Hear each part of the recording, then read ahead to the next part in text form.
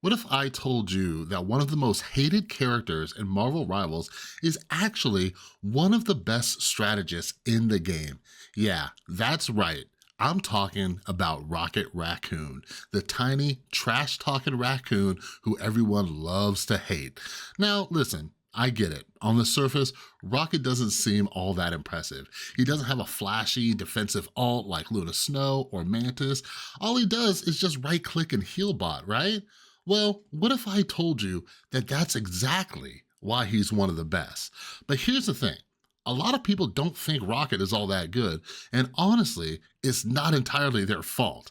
See, there's a viral rant going around from a very, very big streamer that's been shaping public opinion.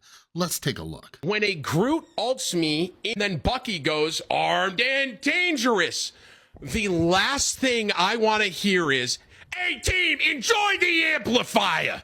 You know why? Because I know I'm dead. I am dead. I cannot live. There's nothing I can do. If I hear, "Who's ready to put on a show?" I'm dancing with her, bro. I'm dancing with her. You know why? Because we're all happy and we're all alive. Rocket can't pump his little poof, poof, poof through Bucky just beating the out of me.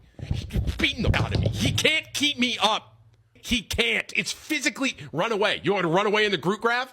I'm actually fully crashed, bro. You guys have to be trolling me. Like, you have to actually be baiting. How do I run away inside the group graph? How do I run away from it? You have to be trolling. They're baiting me. They're baiting. They're baiting me to crash out, bro. I'm moving on. I'm moving on. I'm moving on. I'm getting rage baited, and I'm moving on. First of all, that rant from Tim, hilarious.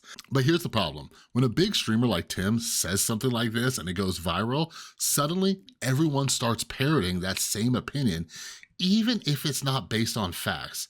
Now, I'm not here to hate on Tim. In fact, I love Tim. I have his streams up like pretty much most of the day while I'm working from home. He's a great streamer and his rant is obviously very, very funny. But the truth is that Rocket isn't all that bad. In fact, he's one of the best strategists in the game.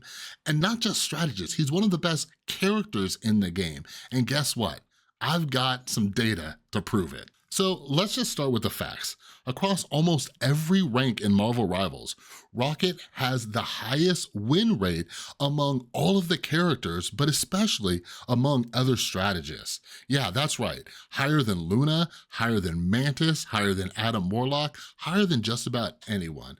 So this is rivalstracker.com. You can check it out. You can filter it by rank. And this is for the 1.5 season. Now, if we're looking at data, typically we don't want a small sample size. So what's a decent sample size? Decent sample sizes are usually in the thousands. Well, if you take a look right here on the right side of the site, we have tens of thousands of matches across pretty much all the characters in Marvel Rivals. So for example, if we had 100 matches and we had a really high win rate, we'd have to be like, well, maybe only really good players are playing Rocket. But when we have tens of thousands of matches, it starts to balance out, right? Because on average, you're gonna have average people playing it, right? You're gonna have really good players, you're gonna have really bad players, but the most people are going to be right in the middle. That's that classic bell curve. So let's start looking at Platinum. In my opinion, up until Gold, you're just kind of like, you're just kind of doing your thing. Platinum is when it gets a little bit better. Diamond is a real test, but anyways, look at this. So at Platinum, Rocket is on top. This isn't just strategist. Rocket is the #1 win rate at 56%. We go down to Diamond. Rocket's still on top at 55.6%. We go to Grandmaster. Rocket is still on top, and this is a sample size. Even at Grandmaster, we have a sample size of 52,000 games. Rocket is still #1 at 55.46%. We go to Celestial. This is when we see Rocket fall down, but he only falls down one spot, and we still have a sample size of over 12,000 games, and he's at 54%, and he's still the #1 strategist at Celestial. Because the reason why I'm pointing this out, is because there's a lot of people who say, well, once you get up to the higher ranks, no, we are now at Celestial. Well, now you're wondering, what about Eternity?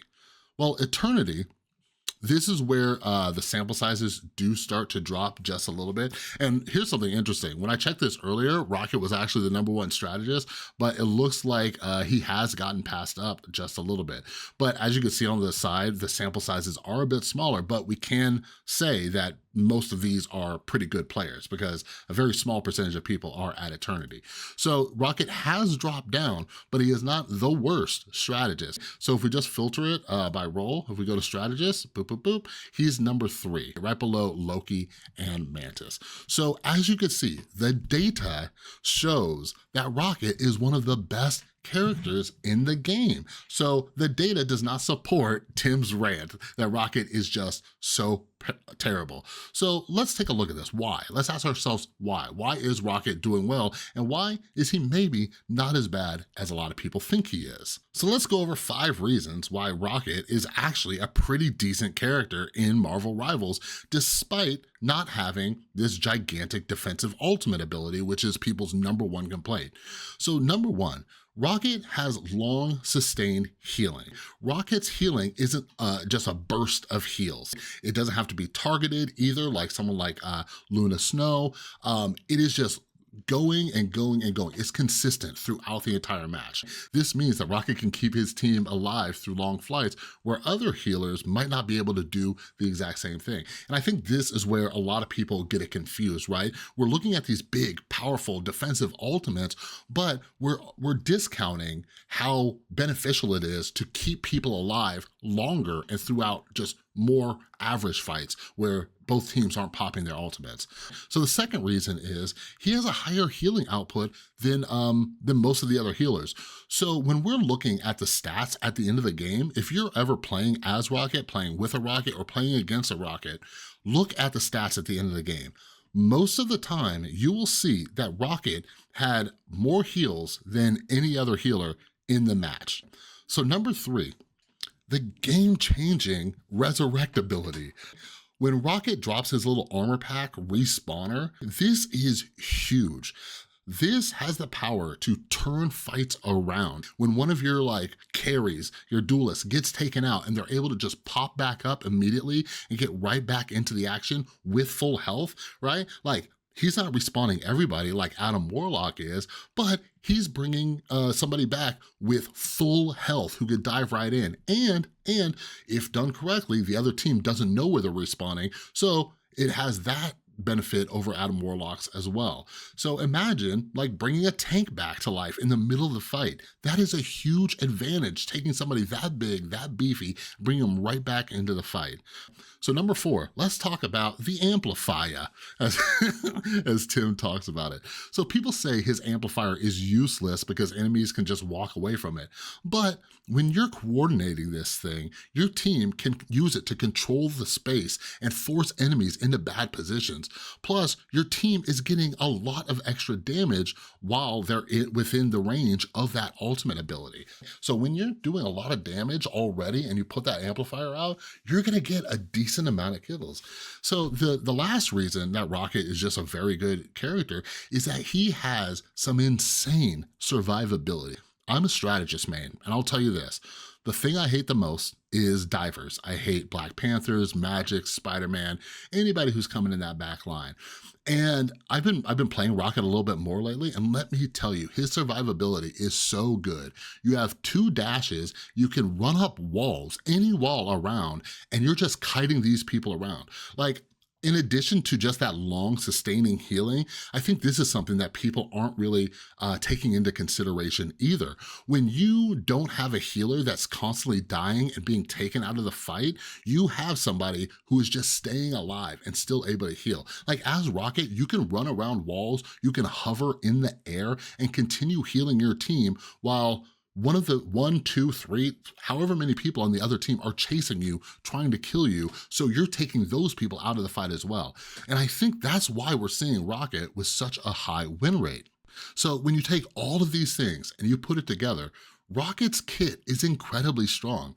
He might not have a flashy ultimate, right? But his consistent healing, his resurrection, and survivability make him one of the best supports in the game. So here's the crazy part. For those of you who don't know, I have a TikTok where I've been making some Marvel Rivals TikTok, and the crazy thing is that before making this YouTube video, I just kind of showed this data on TikTok. There's a lot of Rocket mains who are very happy about this, but even with this data, some people still refuse to believe that Rocket is good.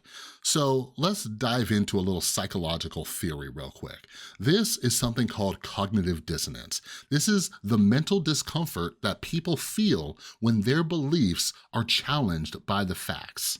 So on the screen are just a few comments from my TikTok video. So look at this. That's just cognitive dissonance in action. These people have already decided that Rocket is bad. That means that no amount of evidence is going to change their mind. But here's another thing. If you're serious about getting better at Marvel Rivals, you need to be willing to change your mind when the evidence proves you wrong. And this is just great life advice, all right? If you wanna grow as a person, as a human being, when the evidence changes, your opinion should change with it. You don't wanna be a silly, irrational person who is just believing whatever you wanna believe despite what evidence you're faced with. So let's recap this real quick. Rocket Raccoon has the highest win rate among the strategists in Marvel Rivals across a lot of the ranks, and he's even on top compared to a lot of the other characters as a whole in Marvel Rivals. That is what the data is showing. Number 2, Rocket has a pretty solid kit. His healing, his resurrection, his survivability, this makes him one of the strongest strategists in the game. And number 3, don't forget that sometimes public opinion is heavily influenced by streamers, content creators, and this makes people not look at the actual data, all right? So at the end of the day, Rocket Raccoon is a beast. He might not have the flashiest kit, but his consistent healing and game-changing abilities make him a top-tier pick. All right.